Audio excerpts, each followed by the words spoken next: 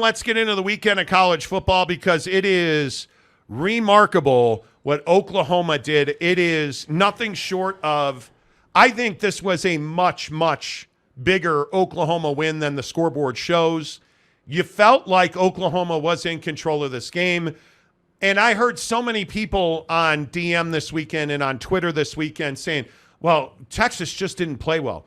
Well, they didn't play well because that Oklahoma defense kicked their ass up and down the field. Mm-hmm. That's the legit part of it that not a lot of people want to talk about. Oklahoma earned this win. Nothing was given in this game, folks. Oklahoma was the better team. And you can look at these defenses, and I think they are two very good defenses. Oklahoma's defense, in my opinion, was a better defense on Saturday. Now, are they a better defense across the board? I don't know. We're going to have to let that play out. Saturday at the Cotton Bowl, Oklahoma was the better team, and they were the better team because of their defense. And when you look at how stacked Texas is, it's saying something that your defense is better. And the guy I want to shout out is Brent Venables because he earned it. What Brent Venables has done to turn that program around, when a lot of us were questioning Brent when the season started, none of us are questioning Venables now. He has done a phenomenal job of bringing in a large group of talent, curating it, building chemistry, and taking it to the field and kicking Texas's ass.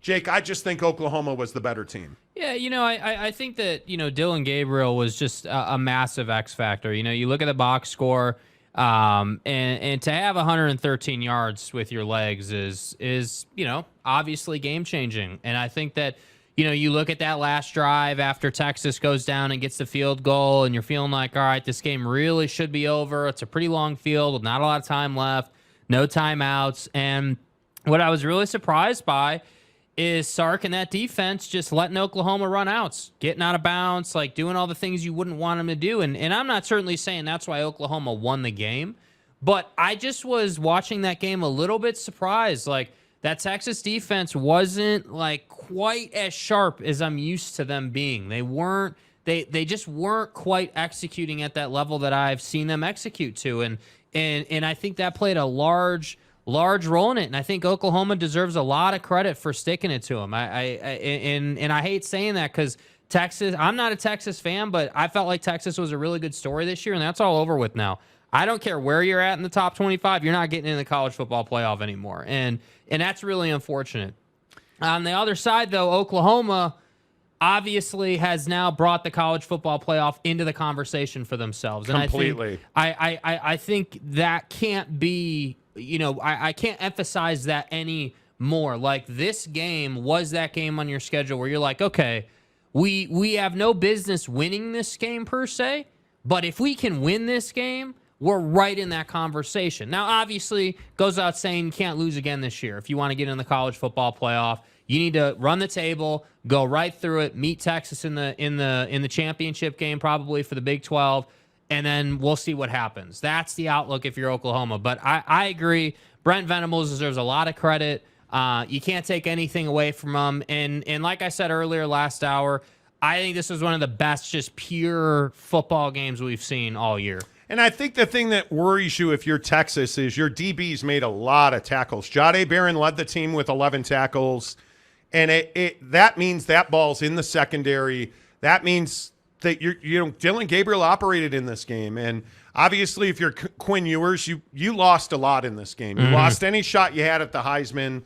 If you project forward, I don't think there's any way these two teams don't meet again with a championship on the line. But if you're Quinn Ewers, boy, you feel like you lost a lot. I think you didn't play horribly or anything. You just didn't get the job done. But the things that really stand out to you about Texas in this game were field goals don't win football games. 100%. And we talk about that a lot at the college level. Field goals don't win football games.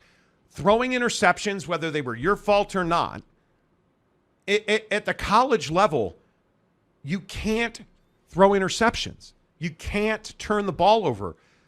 Defenses like Oklahoma make that very hard to do. I understand. But, man, you have really got to find a way to protect the football yet be effective on offense. Yeah. Oklahoma did that. Texas did not. You've got to find a way to get to the quarterback so the quarterback can't play behind the linebackers. Gabriel did that. Yeah. Ewers did not. Yeah. And I understand that these two teams are very close. I don't think this was a collapse by Steve Sarkisian, as some called it.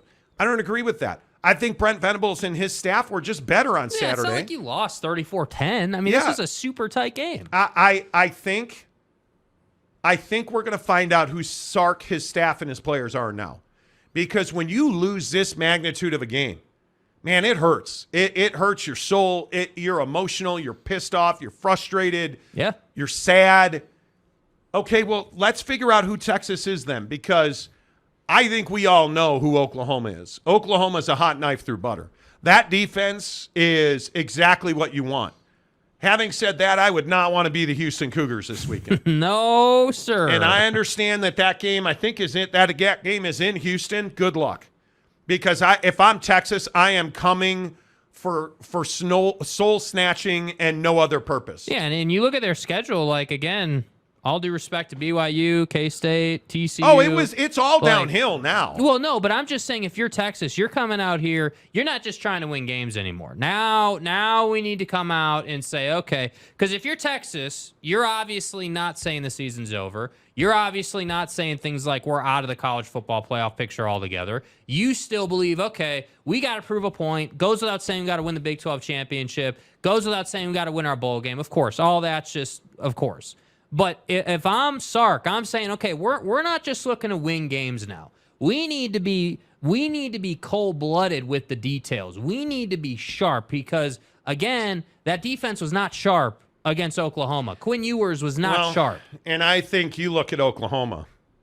I don't see another loss on their schedule. Bedlam's Bedlam. Mm-hmm. And I think Mike Gundy surprised a lot of people this weekend. Oklahoma is a beast that I don't think the Pokes have seen. No. BYU, it's at altitude. It's in Provo. Stranger things have happened, but I doubt it. Right. And then you end the season with TCU in Norman. I just don't see another loss in the regular season, frankly, for Oklahoma. I am so impressed with the way Brent Venables has built chemistry, the communication from secondary to linebacker to D-line, all the way down to the adjustments, to the shifts, to the responding to motion, the way that Oklahoma did against Texas because you can't complain about the way Sark coordinates an offense. There's depth.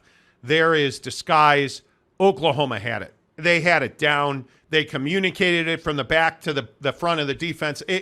It's just such an impressive performance by Oklahoma. Cold-blooded, clean, methodical, and thorough. I mean, it is just so. I mean, you can't be anything but thrilled for Brent Venables. Yeah, and I don't think you can say enough. Like, Dylan Gabriel, in my opinion, should be making some crow sandwiches for people because I don't think that anyone, including myself, I didn't think that he outperformed Quinn Ewers. I didn't think that you would have over 100 on the ground. Right? I didn't think that. I thought that they would contain you.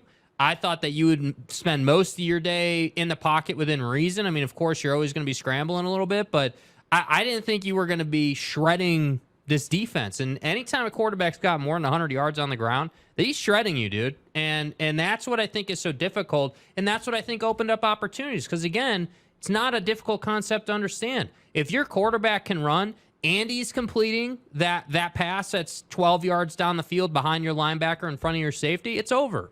You're going to have a really difficult time stopping that. Yeah. So all that to say, yeah, Quinn Ewers didn't get the job done on that final possession where you thought it would be okay to kick a field goal. He just didn't, and that's really unfortunate. Yep, I agree. Let's see who we got in the comment section today. Good day to be Kevin the Destroyer with that helmet, isn't it? Oklahoma choked under Lincoln Riley. Different mindset now, completely. Totally. And, I mean, defense, I'm a big believer when you have a quarterback that's dynamic as Gabriel is, your defense has to be present. Facts. And I think the Oklahoma defense, Brent Venables is just such a good dude. You just have to be really happy for him. Yep. And that defense is his defense now. And I think when you have a quarterback like Gabriel, they're going to be really tough to beat. And that's why I say I just don't see another place where they lose in the regular season. I mean, teams like Oklahoma State, West Virginia, you're just not on that level of talent.